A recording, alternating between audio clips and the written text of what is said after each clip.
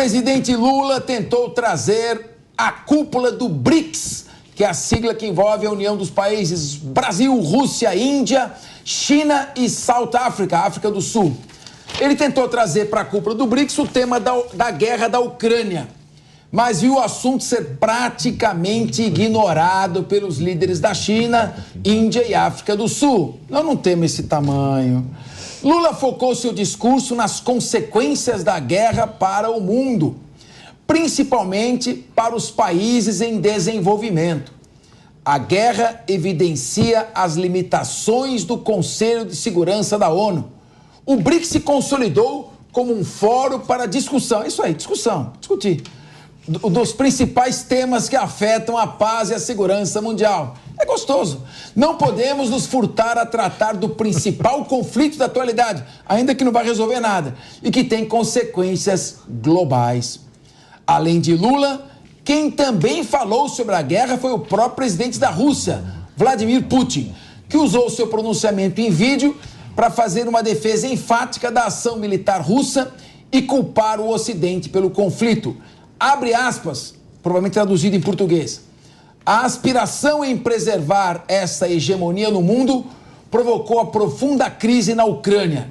Primeiramente, pelo apoio do Ocidente a um golpe de Estado inconstitucional. Fecha aspas. Bom, gente, vamos abrir aqui a discussão. Só quero trazer alguns elementos para a discussão da mesa, tá legal? Em 2013, a Ucrânia elegeu um presidente que era pró-Rússia, ok? A CIA, organização internacional, né? Da Central Intelligence Agency, a Agência Central de Inteligência dos Estados Unidos, articulou um golpe de Estado. Aqui é bom que o jornalismo independente, cada um fala o que quer e, evidentemente, a gente tem que falar com base. Nesse golpe de Estado foi derrubado o presidente eleito da Ucrânia e foi empossado o Volodymyr Zelensky, que é anti-Rússia, pró-Ocidente. A Ucrânia é dividida mais ou menos assim. Um pedaço fala russo e quer ficar com a Rússia. O outro pedaço odeia a Rússia e quer ficar com o Ocidente. Então os Estados Unidos articulou um golpe, botou o Volodymyr Zelensky.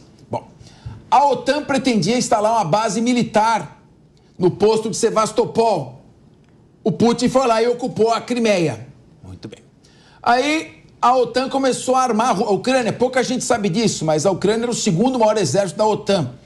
E recebendo armamento e laboratórios de armas químico-biológicas na fronteira com a Rússia. Então, está errado invadir? Completamente. Isso é um crime contra a ordem internacional. Mas os Estados Unidos, liderando a OTAN, estava armando a Ucrânia até os dentes a fazer uma base militar na Ucrânia, na fronteira com a Rússia. Já pensou se a Rússia faz isso no México? Pois bem, eu estou falando há 1 ano e meio que essa guerra é uma tragédia. Pouca gente sabe, eu vou começar com o professor Suano, mas antes de passar para o Suano, eu vou dar um dado aqui. Em abril do ano passado, o Volodymyr Zelensky estava sentado com Vladimir Putin para tentar encontrar algum tipo de entendimento que passaria pela neutralidade da Ucrânia, não entrar na OTAN. O Boris Johnson, que era o primeiro-ministro da Grã-Bretanha e office boy do presidente norte-americano Joe Biden, foi despachado lá, arrancou o Zelensky da mesa de negociação e falou para ele: nós vamos armar você até os dentes, você vai vencer a guerra. Acreditem no que eu vou dizer para você, porque eu estou dizendo isso há 1 ano. A Ucrânia já perdeu essa guerra, são mais de 600 mil pessoas entre mortes e pessoas feridas que não conseguem mais retornar. Os Estados Unidos e a OTAN não querem reconhecer isso, estão levando a Ucrânia a uma completa destruição e é necessário alguém segurar estes neocons belicistas norte-americanos que estão provocando esse tipo de instabilidade. Putin errou? Claro que errou. Está errada a invasão? É óbvio que está errada a invasão, mas ela foi provocada, mais uma vez, pela OTAN, que foi se meter onde não deveria ter se metido. Essa é a minha opinião, mas é claro que eu quero ouvir com muita atenção a do nosso querido professor Suano. Bom, boa tarde, Capês, boa tarde, Carol, Diego, boa tarde, Nelsinho. Boa tarde, essa produção maravilhosa da Jovem Pan, e não faço isso por bajular. Eu já trabalhei com produção, eu sei como é difícil. Por isso sempre vou respeitar vocês e sempre vou dedicar meu carinho. E uma boa tarde a todo o público que nos acompanha. Tá? É muito complexo, a complexidade da guerra da Ucrânia, ela tem elementos históricos, tem elementos políticos, ela tem elementos estratégicos, no caso, e também geopolíticos e geoestratégicos. Foi interessante que você falou de 2013, quando foi eleito ou quando foi escolhido o Yanukovych, ele era pró-Rússia.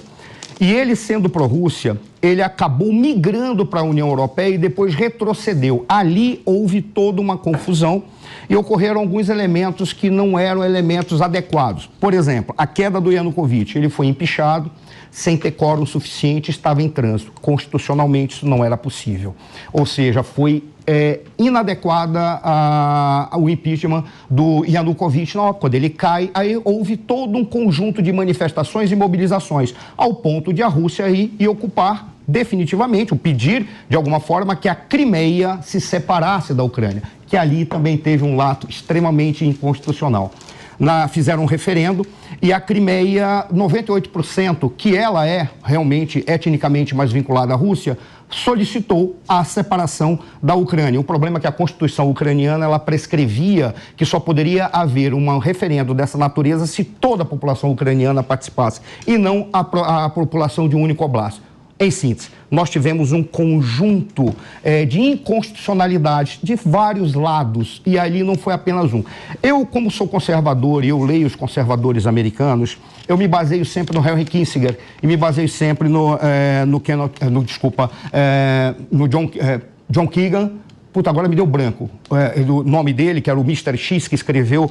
Em 1997, ele criticou exatamente o avanço da OTAN em direção à Rússia. Ele falava, isso é um erro, a OTAN não deveria fazer isso. E o Henry Kissinger dizia, a Ucrânia não deve ser nem pró-Rússia, nem pró-Ocidente. Ela tem que ser uma ponte, enriquecendo com os dois lados, para fazer com que a Rússia ela migre para o Ocidente e não caia no colo do Oriente. Essa era uma estratégia. O Keegan falava isso, mas outras personalidades conservadoras também falavam, dentre eles o Samuel Huntington, que dizia, a Rússia é mais Ocidente do que Oriente, nós temos que trazê-lo para cá. Por que eu estou dizendo isso? Porque houve um erro de interpretação de lideranças que eu diria um certo nível de mediocridade, que não conseguiram fazer uma estratégia de sedução dos russos e colocar os russos no Ocidente definitivamente, seduzindo-os para que eles se inserissem no Ocidente. Ali correu uma polarização e começaram a resgatar o papel da OTAN como contraposta à antiga União Soviética. Só que a União Soviética não existia mais, existia a Rússia. Quem ia em Moscou naquela época, se andasse nas ruas, não ia encontrar um Lada, só ia encontrar Mercedes-Benz, Ford, Audi, Peugeot, só era carros assim, eles queriam entrar no Ocidente. Aí nós temos esse primeiro, as falhas procedimentais anteriores.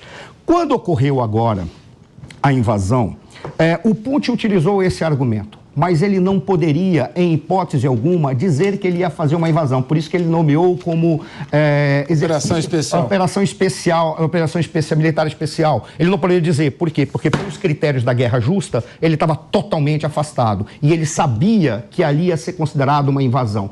Por isso que ele utilizou um outro nome. Mas ele cometeu erros estratégicos gigantescos, ao ponto de ter dado mais tempo para a Ucrânia se rearmar, para a Ucrânia responder, e ali o Ocidente inteiro embarcou. Veja, eu não estou me posicionando pró ninguém, eu estou tentando entender o que estava acontecendo lá. Chegamos 2 anos de guerra numa situação que hoje gerou-se um impasse. A Ucrânia não pode ceder territórios e a Rússia não pode ceder o que conquistou. Até por um fato de que, se vocês olharem, a Rússia fica no leste da Ucrânia, mas ficaria mais ou menos como se fosse o nordeste. E a Ucrânia ficaria mais ou menos como se fosse o sudoeste. Tem um marzinho chamado Mar de Azov, que ele entra no território da Rússia. Se a Ucrânia mantiver o território e ela entra para a OTAN, o Mar de Azov fica para a OTAN. Isso é uma razão geoestratégica. Nunca a Rússia vai ceder o Mar de Azov. Quando ela avançou e pegou o Donbass, que é Lugansk, Donetsk, Zaporizhia, Kherson e a Crimeia, ela cercou o Mar de Azov, então ela não vai ceder.